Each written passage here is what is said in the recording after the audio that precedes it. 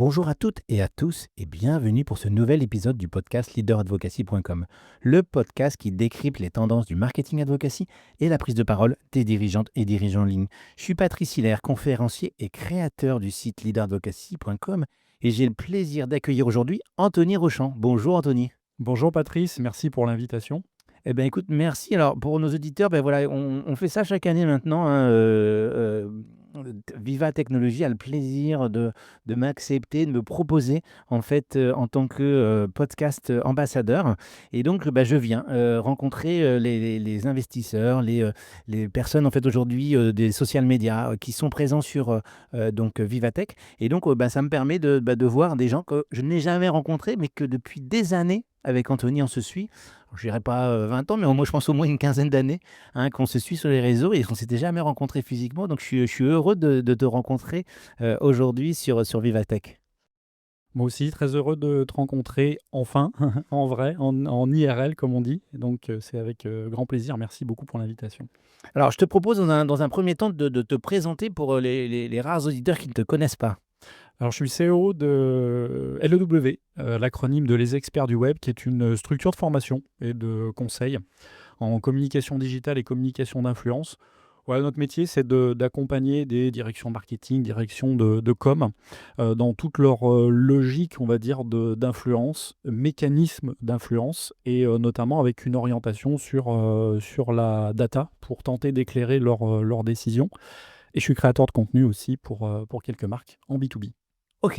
Alors effectivement, comme on se dit, ça fait très longtemps qu'on se suit et ce qui m'intéressait aujourd'hui pour débuter ce podcast, c'est que tu nous donnes aujourd'hui aussi, toi, ta vision, de l'évolution, des réseaux sociaux. Parce qu'on a tous alors on s'est, connus notamment sur, Twitter et beaucoup sur Twitter, et donc ça m'intéresse de voir aujourd'hui comment toi tu perçois cette évolution dans ton activité?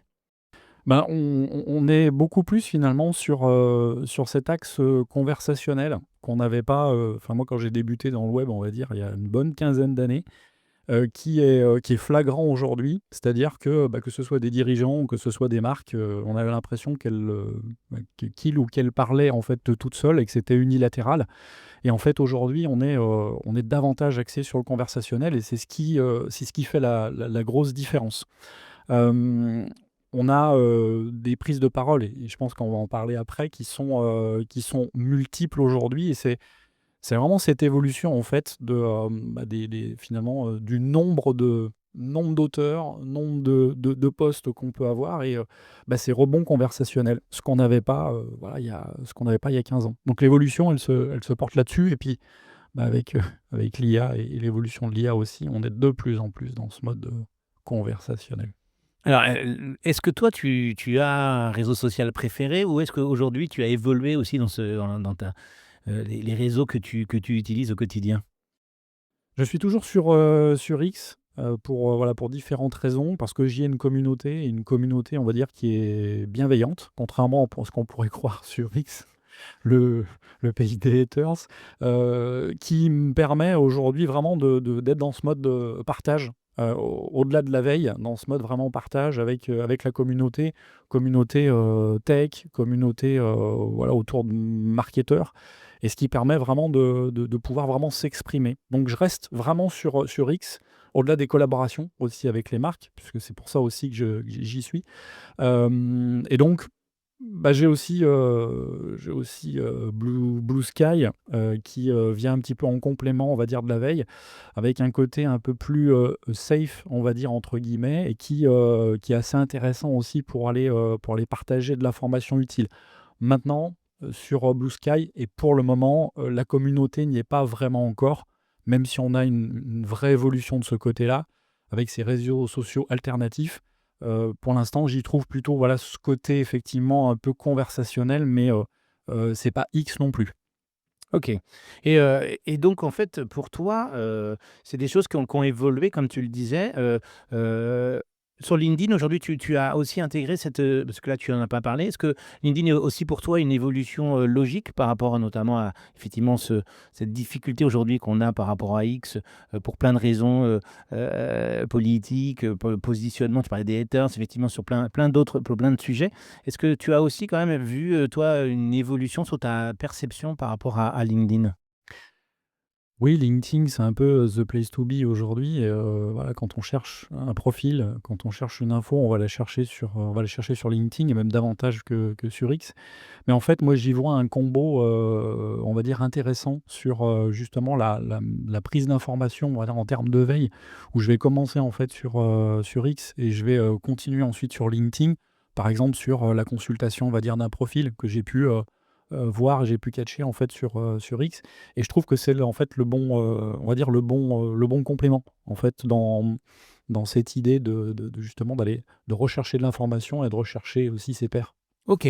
Alors, justement, tu disais que tu crées beaucoup de contenu, comment tu t'organises justement? Est-ce que tu as des rendez-vous, des routines? Est-ce qu'éventuellement te tu as d'autres personnes qui t'aident? Comment toi, justement, tu t'organises pour arriver à faire, l'ensemble des publications que tu réalises?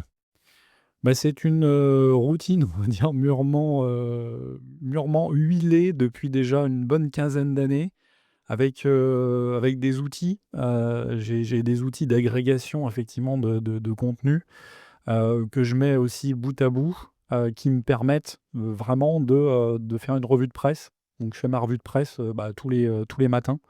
Ça me prend beaucoup, beaucoup de temps parce que, je vais chercher vraiment aussi sur même des réseaux, on va dire alternatifs comme par exemple, comme Reddit. Où je vais vraiment aller, détecter des signaux faibles, détecter aussi des insights et bah, cette veille marketing, elle, voilà, c'est cette routine qui me permet, bah, d'aller, relayer de l'information, utile et bah, c'était d'abord davantage sur X et puis, bah, ça s'est effectivement, ensuite, plutôt propagé sur LinkedIn et sur Blue Sky donc je le fais de cette manière-là et bah, aujourd'hui, ça me permet d'avoir, de l'information, utile, mais ne rien louper, on va dire, de l'info et puis, bah, il faut qu'on soit à la pointe aussi, sur les différents sujets, notamment, bah, sur l'IA générative. Mmh. Et par contre, donc tu disais que tu as ce corpus, on va dire, de veille. Est-ce que tu publies, on va dire, peu importe le volume en fonction de ce que tu reçois, ou tu te dis: «Bah, voilà, sur LinkedIn, par exemple, je vais avoir, 1 post par jour». Est-ce que tu te restreins ou tu t'organises pour que, justement, il y ait une certaine régularité dans ton activité en fonction des réseaux? Je m'en tiens effectivement à une vraie routine. C'est-à-dire que oui, sur LinkedIn, par exemple, je poste tous les jours.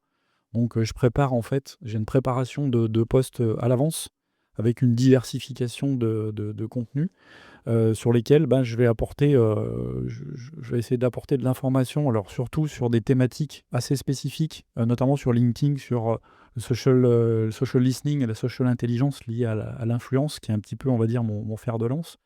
Donc je prépare, je suis vraiment en préparation, à l'avance et j'évite d'être sur du trop spontané et me dire: «Qu'est-ce que je vais poster demain?» Parce que ça, c'est le meilleur ennemi, on va dire, justement de cette planification. Donc je le fais comme ça et puis, bah, sur X, j'ai une on va dire une routine aussi assez beaucoup plus, on va dire beaucoup plus huilée même encore puisque voilà, je poste, on va dire, très souvent. Je poste, voilà, entre 15 et 20 posts sur X. D'accord, OK. Alors, là, donc on parlait de toi. Aujourd'hui, si on te disait, là, tu as des dirigeants qui te posent la question, est-ce que pour toi, dans l'image que tu as ou en tout cas dans l'accompagnement, c'est, quelque chose d'indispensable de prendre la parole quand on est un dirigeant sur les réseaux sociaux? Ça me paraît indispensable en 2025 effectivement, au-delà de la marque, de montrer aussi, au-delà de montrer ce qui se passe dans l'entreprise, mais de prendre la parole de façon régulière. Alors il peut y avoir effectivement un peu quelques freins, surtout, se dire: «Je vais prendre la parole et qu'est-ce que je vais dire et qu'est-ce que je vais raconter?» Il faut que je sois effectivement dans les clous, mais c'est indispensable pour pouvoir, exister et puis, bah, contribuer vraiment à ce branding, personnel qui va être lié aussi à la marque ou qui va être lié à l'entreprise. Donc c'est oui, c'est une évidence pour D'accord. moi. Et alors tu dirais, donc toi tu disais que tu fais ça depuis très longtemps, hein, depuis 15 ans. Comment aujourd'hui un dirigeant il peut, s'organiser pour toi, pour justement avoir cette routine, régulière et postée pour que, bah, ce qu'il fait soit vu dans l'algorithme? Justement parce qu'on sait que la régularité est très importante. Comment toi tu penses qu'il, faut s'organiser? Mais c'est pas de poster en fait pour poster, et d'avoir, on va dire des idées qui sont, des idées qui peuvent, germer, on va dire, et qui seront ensuite matérialisées, on va dire, de façon, on va dire, assez concrète. On sait que, bah, l'IA générative va pouvoir aider aussi, à cela, mais ça reste avant tout une histoire de on va dire de tonalité et de rester aussi dans la on va dire dans l'ADN et d'être fidèle, en fait, par rapport à ses valeurs. Si ça sonne faux, ça peut être un problème. Donc c'est, aussi, bah, on va dire d'arriver à évangéliser aussi sur les risques aussi, réputationnels et à faire comprendre effectivement l'intérêt, de le faire. Parce qu'on a encore des dirigeants aussi qui ne voient pas forcément le bénéfice, on va dire, de ça. Donc c'est, avant tout une histoire d'être, justement, d'être en phase avec les valeurs et de pas poster pour poster et de se dire que, bah, il y a une, réelle utilité ici à le faire. OK. Et alors, il y a une évolution, forcément, on parlait beaucoup tout à l'heure de l'évolution des réseaux sociaux. On a une évolution aussi forte, sur LinkedIn, que j'appelle et que certains appellent la facebookisation de LinkedIn. Comment aujourd'hui, toi, tu la perçois, dans ce que tu regardes en tant qu'expertise? Oui, c'est assez inévitable. On a, cette facebookisation, de manière, on va dire, assez globale et on aurait pu penser qu'avec les mises à jour et les changements d'algorithmes, on va dire, assez incessants, ça se modère. Bah, c'est pas le sentiment effectivement que j'en ai aujourd'hui et on a le sentiment que certains postes finalement sont, vraiment en phase, apportent vraiment quelque chose, sont, voilà, pédagogiques et il y a vraiment quelque chose d'apporté ici et qui ne sont finalement à l'arrivée, ne sont pas, c'est pas payant. Et on peut avoir effectivement juste on va dire un selfie avec un post finalement qui n'est pas, super bien structuré et on s'aperçoit qu'il cartonne. Donc il y a aussi ce décalage, qu'on peut avoir, par rapport à l'algorithme et oui, c'est assez flagrant. Ouais. Alors, bah, il y a forcément un réseau qui apporte aussi tout ça, hein, qui est TikTok. Est-ce que, tu penses que, soit très rapidement, soit dans quelques années, ça peut être un réseau aussi, sur lequel les dirigeants doivent se questionner, à titre personnel, hein, sur une présence par rapport à des cibles, différentes? Aujourd'hui, qu'est-ce que toi tu peux conseiller sur, ce positionnement sur, TikTok? TikTok, il y a effectivement, une force, on va dire, assez phénoménale, notamment, avec son algorithme. On a des taux d'engagement qui sont, hyper forts. Après sur le B2B, j'y crois moyennement. Je pense effectivement qu'un dirigeant peut y être, mais vraiment pour le branding et pour, on va dire, l'image de marque et on va dire prendre le train en marche. Après, pour aller plus loin sur des objectifs vraiment, on va dire, de conversion, des objectifs purs de conversion, j'y crois nettement moins. Nous, par exemple, on est effectivement sur TikTok, mais on y est vraiment pour cet aspect branding. On sait qu'on va pas, spécifiquement convertir. Donc il y a aussi cet axe aussi B2B, B2C qui est à observer en fait, ici. Donc j'y crois moyennement pour le B2B. D'accord. Alors, il est tradition aussi de demander, à nos invités de, nous donner en fait quelques noms, qui pour, ben, lui ou elle, sont, bah, des personnes référentes à suivre, qui permettent de tu parlais de veille, de nourrir par exemple sa veille. Quelques noms que tu pourrais nous citer en conclusion de ce podcast? Oui, à citer, bah, que je salue au passage, Camille Jourdain, qui est créateur de contenu et qui donne de l'information justement sur influence B2B, qui est, on va dire très à la pointe, on va dire, de tout ça, qu'on peut suivre sur X et sur LinkedIn notamment. Voilà, Camille que voilà, moi je suis depuis très longtemps. Effectivement. OK, bah, écoute, merci en tout cas Anthony, d'avoir accepté, notre invitation pour ce podcast. Merci mille fois, à nos auditeurs aussi d'écouter, donc, ce nouvel épisode.